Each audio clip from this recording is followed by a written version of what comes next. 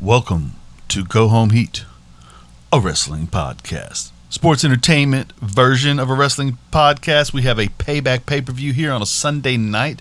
WWE was nice enough to knock this thing out before 9 o'clock my time.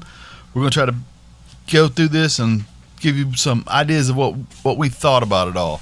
Go Home Heat Kid Ray is to talk about what I thought was an amazing little night of sports entertainment. They sprung it on us. Payback. We start out at the pre-show with the Riot Squad versus the Iconics. The Iconics isolated Ruby early. What Billie Kay kind of lacks in fundamentals, she really makes up for personality. This thing was pretty good. The tale we're telling is the reuniting of Liv and Ruby. They do that together. I love these pre-show matches because they give these kids a chance to stretch it out a little bit. We need to see this women's division, this women's tag team division, get to a point where you can take it seriously. There was a couple of hiccups here and there. Liv kind of missed a rope on a bounce off on a springboard, it's okay. I mean, she slipped, but she still kind of hit it. But anyway, point was, Liv winds up getting the double knees. Ruby gets the Riot kick for the win. They have a finisher, double knees into a Riot kick. They go over. We need depth in this women's division and women's tag division. We're getting it. We're working towards that. And hopefully both these guys get to, as we move away from Asuka, Bayley, Sasha wrestling each other in some form or another every single show, move towards a real tag team women's division because there's enough talent there to do it. We'll get into that a little bit more as we go along. We have the card itself begins with the U.S. Championship match, Apollo Crews versus Hurt Business CEO Bobby Lashley. This was a tour de force performance by Bobby Lashley. It was a good little matchup. What'd you think about it, Ray? Anything? I thought it was all right. Thought it was all right. Well, what winds up happening here is Apollo has to fight from down under most of the match, but he does almost pull out the win. And then, of course, Bobby, being who Bobby is, winds up hitting his Dominator. And after the Dominator, Apollo is able to kick out. He looks as if he's going to pull this thing out like we mentioned earlier. Then Bobby gets the one-armed slam and the full Lashley. He winds up putting a full Nelson on him, lying down to where he winds up having to tap. I feel like this was the right result. And Apollo winds up attacking Bobby afterwards, showing a little bit more ferocity than we've seen out of Apollo, which I think that's a good thing for him. He needs a little bit of venom in his demeanor. I mean, it's a fighting business, even if you're a babyface. Somebody, man, I wish I could remember who did it, but somebody online mentioned, hey, even if you're a babyface, you need to be able to, or Twitter world, you still have to show emotion and willingness to fight. And he's mad. He lost his title. He's frustrated. These guys have been all over him for a month or more, and he attacks afterwards. He vows to get his belt back. I don't think he will, but I do think where we're going is Lashley on a nice little U.S. title run and Apollo getting to, and more importantly than a belt, getting to showcase that he's more than just a smiling babyface. And I think that's where we need to go. What do you think, Ray? I mean, Apollo's kind of been a smiling babyface his entire career, and that's just kind of been my problem with him since forever. Right, and maybe we start to move away from that here. Maybe that's the avenue we go. I hope so. Maybe. I hope so. All right, match 2, Big E versus Sheamus. I had the epiphany right before this thing started that Big E may be the top babyface on all of SmackDown. SmackDown has Daniel Bryan. Well, he hadn't been on lately, but okay. SmackDown does have Daniel Bryan. Who's second? Second, Jeff Hardy. Okay. Who's third? Big E. There you go. Yeah, it's big. And Daniel Bryan hadn't been on lately, and Jeff Hardy has got a belt. So we'll see where that all goes. But this was a old school WWE big man match. Sheamus is great at these things. We've talked about it before. In this match, he broke out a lot of leg moves where he was bending Big E in weird directions. He had a angled Texas cloverleaf or sharpshooter he had on Big E where it looked like Big E's foot was almost on his own shoulder. And for a guy that size, that is crazy. But many times Sheamus had him in trouble with leg locks and things like that. But Big E's able to persevere, and even when he's got the heel hook on him, he's able to persevere, and he fights from down under the entire time. And then we get a 2-move finish after all of this punishment they put on each other, and most of which Sheamus is doing the punishing. We get a power slam as he thinks he's going to get the bro kick, catches him, and puts him into a power slam, and that turns into the big ending for the 1-2-3. And what happens? Big E showcases toughness in a win, goes over in 2 moves. Why? Because he needs to prove that he's more than a tag team wrestler by going through these things and showing he's not a hot tag guy. He can get these things done. He can have ebbs and flows in matches and tell stories. And this was a huge performance for him. Where are we going? I think we're going to eventually have Roman Reigns and Big E in a feud over a world title. It's a long way from now, but I can feel it. I feel like that's the route we're going in. What do you think? I'd say it's tough to say that is the route we're going in, saying that Big E is still licking the title belts. But because he did lick the title belt on Monday, he did lick the tag team title belt. I don't generally know where Big E is going. I think it is most likely positive because this match was pretty positive. I think that...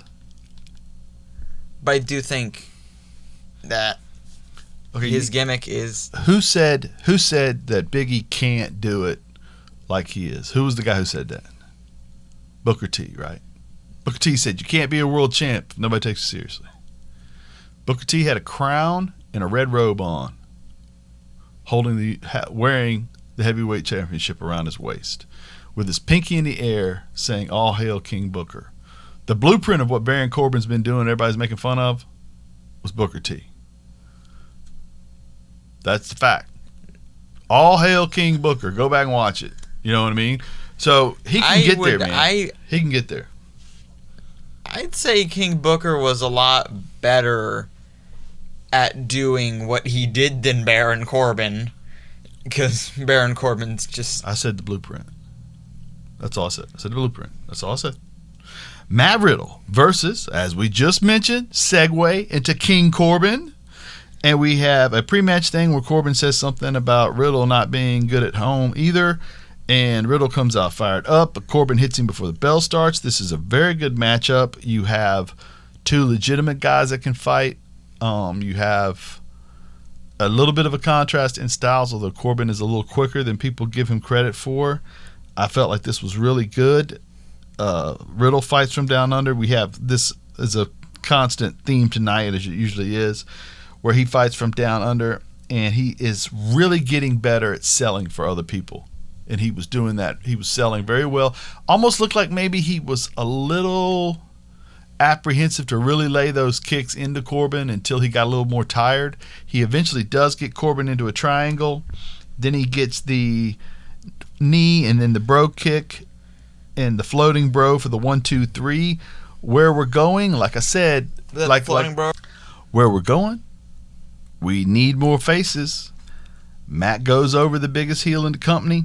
One of the bigger, more, I wouldn't say the biggest heel in the company, but he has the closest thing to go home heat we currently have on the main rosters.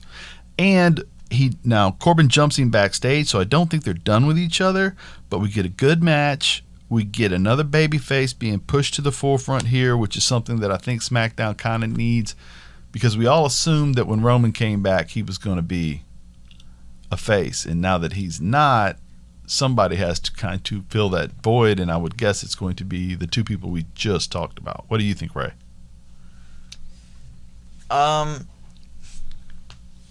I just don't like Baron Corbin that much. I feel like whenever I see him on the screen, I just immediately go for my phone. So that's just me. I just don't. Your hatred for Baron notwithstanding, we will move along to the next match of the evening, which is the Women's Tag Team Championship match. Bayley and Sasha versus Nia Jax and Shayna Baszler. We all know that the lead-in was two people that don't like each other versus two people who are supposed to like each other, but may be breaking up soon. This was fantastic. Sasha was utilized by Nia as a battering ram, as she used her to hit her teammates and also to bang her off the barricades. Sasha had some great spots in there with Nia, and Shayna looked great too. And don't underestimate how great they looked due to the fact they were in there with Bayley and Sasha Banks, who are fantastic once you ring the bell. And Shayna winds up looking very strong at the end. She winds up putting both competitors in a finisher. She has Sasha in a leg lock she can't get out of. Bayley runs into a chokehold, and then she utilizes Sasha's arm to choke out Bayley, which is a little bit absurd. By the same token, it is pro wrestling, and if you want Shayna to look strong, she does. Also, Nia was outside of the ring when all this happens, so you can further the they don't like each other because you didn't actually help me win the match angle between the two. I don't think they'll be tag champs long. I think that they will run right through a couple of people, and that will turn into, at some point, Nia catching Shayna not looking, slamming her down, and we turn that. They lose the belts that night, and we turn that into a feud with them, which will put Shayna in line to wrestle Asuka for the championship of Raw. Now, the important thing is probably that Sasha no longer has belts, and she will probably stab Bayley in the back soon, and we will get a feud there. Ray? Yeah, I'd say that's probably how it's gonna go. This match was pretty good, all things considered. Here's the thing: is we have a women's tag team division that we have not focused on. Mm-hmm. We've told other stories, and WWE does this with men as well. They tell other stories that aren't about the tag team division with tag team belts. They tell the stories between the actual competitors that are on the same team. The interesting thing here is, once you move these two teams out of the way, if you can, Sasha and Bayley put a spotlight on it. You have two of your monsters as the champions, which will further put a spotlight on it. Two people you're going to probably push on your show as singles competitors in a second. Now, if we can fill that void and get the Iconics and Liv and maybe a couple of these teams on NXT, because this title can be utilized across brands, this could hopefully be what I've been envisioned when they first did it. And I believe they envisioned when they first did it, but television time being what it is, things get off track, right? Right. Okay, we're going to move on to the next match, which was Keith Lee versus Randy Orton. I was terrified going into this match. I think you were too, that Randy would either not want to do the job or Keith would wind up getting buried here in this match. And lo and behold, we get a good match, good little back and forth. Keith's size is emphasized. Randy is willing to sell. Yes. I will say a problem, though. They have still not changed Keith Lee's theme song. Which surprises me, because after the Twitter outrage that happened, people were angry about that, dude. Well, undeservingly angry, because I don't feel like it means that much. Well, Keith said they're working on a new theme song Keith took the miniskirt off, put the fighting pants back on, so he looked a little bit more realistic, or whatever you want to call it. He looked more like he was Keith fighting. Lee. Like Keith Lee. Yeah. Right. Now, what really matters, though, and what's important here is Keith Lee wins. Beats Randy Orton. Randy goes for the RKO. Keith doesn't get RKO'd. He picks up Randy in a spirit bomb. Boom. One move. He goes over. Randy gets pinned. I don't know if I've ever seen Randy get pinned by one move before. It's not in recent memory. I was stunned at the outcome. Not just the outcome, but the way it went down. Where are we going here? I think that Keith Lee is a star and they know it. Yeah. And I was so frustrated with Monday night's episode, and I owe the WWE an apology. They utilized Monday night to tell the tale of what would be on deck tonight.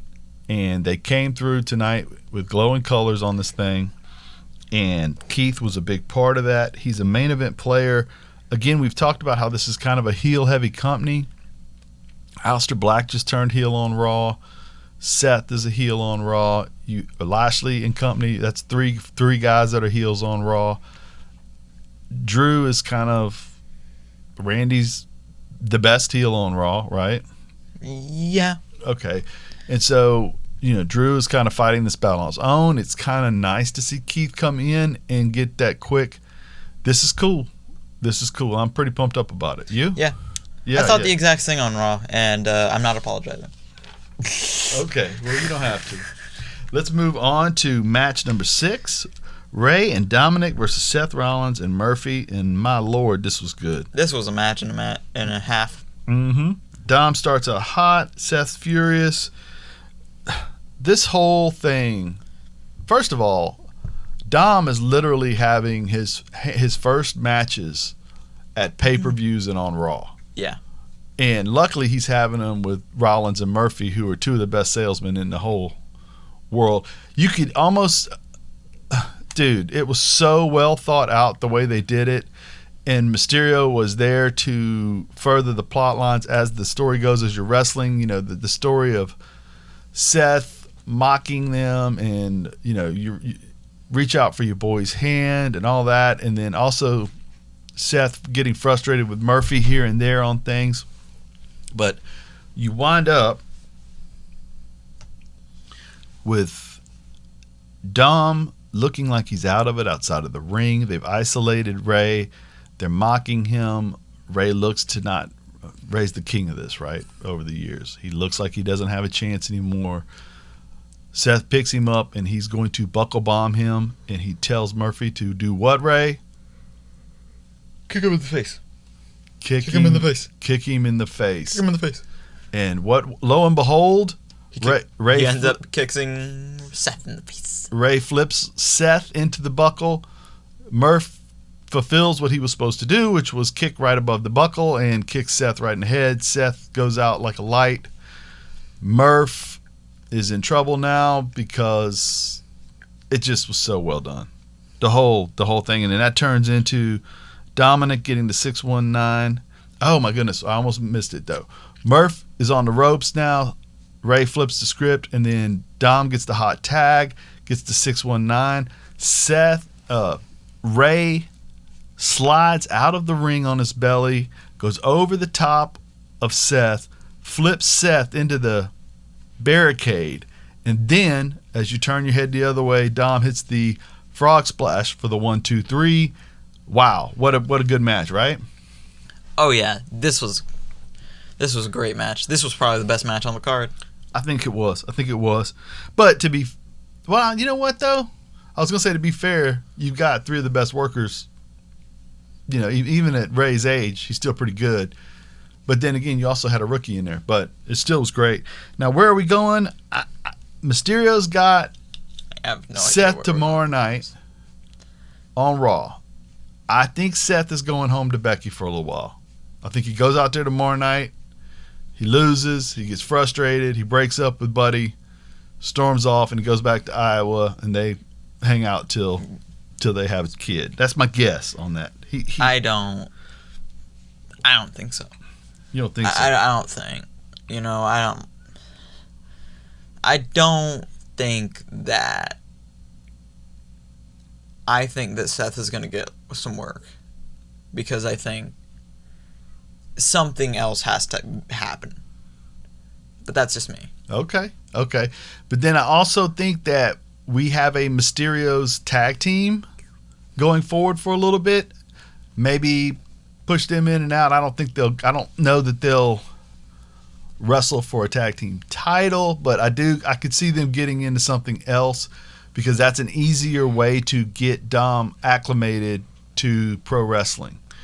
And this is great. This was great. And if Dom does move on, be careful because not everybody's as good as those guys you've been in the ring with lately. Now to our main event of the evening. No holds barred triple threat match. The Fiend, Bray Wyatt, Roman Reigns. The Fiend is Bray Wyatt. Roman Reigns, Braun Strowman. No holds barred, falls count anywhere match. You wind up with, as soon as the Fiend gets to the ring, Strowman's already there. He attacks. They fight before the bell even starts. They battle all over the place. The bell does eventually ring. The mallet comes out. They hit each other with the mallet. They fight all the way up. They get knocked over into tables. The works. They get down to the ring. They do. Now, Roman is not in this match yet. They get back to the ring, and they go for the Big Show spot. While they were fighting all over the place, they loosened up the turnbuckle posts. They do the... And when Braun was climbing those ropes, I don't know if you noticed, right? Braun was climbing those ropes. He was doing it real delicately, worried about him falling, right? But he gets up there, and we get the superplex Big Show spot where the ring buckles along with the post onto the ground or into the ring, and then Roman's music hits. He signs the contract, which he's been acting like he's been putting off until this point in time. It's a little reminiscent of Seth using his money in the bank during Roman and Brock Lesnar's WrestleMania main event. He heads down there. He has a chair. He tries to pin Fiend a couple times. He can't. Like you said, the Fiend not being of this world probably should have gone for Braun immediately. Either way, it allowed him to get the finish later. Hits both guys with chairs. Braun struggles to his feet. I almost left out. The Fiend does get Roman in the Manimal Claw, the Fiend Claw. Roman kicks him in the ding-a-ling. So we have chair shots and ding-a-ling and avoided the fight, and ding-a-ling shot, and avoided the fight for the first few minutes of it until everybody was already wore out. Real heel stuff here, guys. Paul Heyman, don't even sign a contract till you know you can win. Then he spears Braun. 1, 2, 3. Probably didn't even break a sweat. He's got the championship, a title that he never lost. We have a new world on Friday Night SmackDown with Roman Reigns of Pensacola, Florida, as your new evil champion. And a Fiend who will probably want to do something. I think you said it best when you said it was good having him pin Braun. Right? Yeah. Yeah. No. It was good. It was a match that they were going to have. You knew, like, the second Braun went on top of that rope, the second they both got on top of that rope, you knew what was happening. You knew that was going to happen that way. Right? Right. I do think, though, what we needed to do was solidify that this ain't the same Roman. Yeah. And but everything. I think we already solidified that. Yeah, but everything about what he did was different. The low blow. I mean, he would have done chair shots before in a situation like that. But waiting to join the fray until the match was almost over because those guys were beat up, that's not even something that some heels do. You know what I mean? That's some Edge stuff. That's some Seth Rollins architect stuff. That's cowardly is the word. Cowardly is what that is. And that's where you want your heel, right? In that coward I land. don't think Roman should be cowardly. Well, now maybe it's advantageous. Because Paul Heyman guys... But I think a Paul Heyman guy should not be cowardly. Because Paul Heyman isn't your manager because you can't go without a manager. He's your manager because... Think of all the Paul Heyman guys, right? Brock Lesnar, Cesaro. The only one that was kind of weak in there was Curtis Axel. Right? Yeah. Brock Lesnar. The only two guys that were weak in there were Punk. Punk wasn't weak, though. Punk was cowardly. He was the best in the world. Punk was the best in the world. Punk was Punk. He was kind of a mix of cowardly and skilled, but I think it leaned more on the skilled part of things. I don't think a Paul Heyman guy, at least now, should be, after Brock Lesnar, should be cowardly, because that isn't why Paul Heyman signs you. Correct. And the whole thing, and you're probably right, and that may be where we wind up. I hope that's where we wind up, because... But, was Edge cowardly? Edge was cowardly. Edge was so Edge was a smarmy, cowardly weasel. Okay. Dude, all right. You're not arguing that Edge is not cowardly. No, I was asking a question. I wasn't trying to lead you I know. anywhere. But there's no argument that Edge is not cowardly. Okay, good deal. So, Seth was probably the most cowardly since Edge, but Edge is probably the most cowardly person in wrestling. Seth, but not just, okay, I got you. Cowardly wrestler, like kayfabe wrestler. Cowardly kayfabe wrestler. Right. In wrestling. Right. I got you. So you had a good time? I had a good time. Yeah, I definitely say that. Okay. Well, I had a great time. It was I really enjoyed it. I think it did what a between pay-per-view should do. Also, yes. I did come up with a game recently. Name a more punchable face in wrestling than Edge. Wow. See, but everybody in the world right now thinks Edge is the greatest thing since sliced bread. Dude, look up a picture of Edge. What was it? 2007? 2008? Dude's got a punchable mug. Maybe more punchable than Jim Cornette. Wow. This I know this might be a hot take. Shooting. Jim Cornette is the most punchable face in wrestling. I actually answered my own question. Your mom has actual multiple Edge shirts. Yeah, but that's kind of why. He's punchable. Yeah. Good looking guy, coward, champ. Coward, yeah. All those things that drive you crazy. Looks kind of like a rock star, but not really well built, but built better than I am. Yeah, he does get that line perfectly between he's just a dude and he's just an egotistical rock star. Yeah, and a champ. And he does all of it by cheating. And he, yeah. Right, yeah. Right, yeah. Oh, yeah. Okay, so then for the Go Home Heat Kid, Ray. Sorry, we went off. That's all good. For the Go Home Heat Kid, Ray, from me, KP, this has been the Go Home Heat production, copyright 2020. Go home. Nice.